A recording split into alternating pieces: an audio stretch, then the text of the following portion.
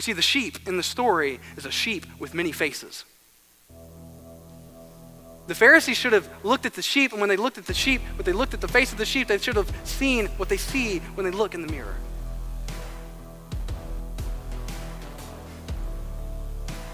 It's the ultimate script flip. That sheep is humanity. Every single one of us.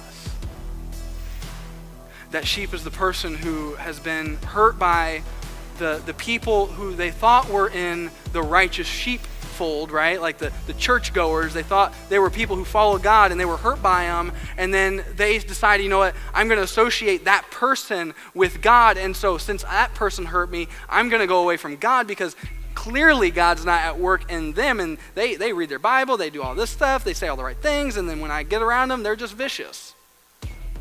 The sheep is the wanderer who has given up on God. The wanderer is the person who has been ravaged by some kind of pain, some kind of heartache, some kind of thing like Tim Ross had dealt with. They go and they start to pursue other things other than God, and then before they know it, they're at a place where they never thought they could be.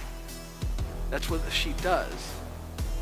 Headed for a cliff, we don't even know it's there, and yet by the time we realize it, we're already at the bottom and dead. The sheep is the person who, by all accounts, is a church person, but is just going through the motions because that's what's expected of them. The wandering sheep is the person who never heard about Jesus, who didn't know that this was an option, who hasn't heard the voice of the shepherd because they don't know how to listen for him. You see, the sheep is each and every one of us. Sheep is me as a teenager, not knowing, like, is God real? I don't know anything about him. What is that? Sheep is the person depressed and not knowing where to turn, so they turn to drugs and alcohol and just to numb it.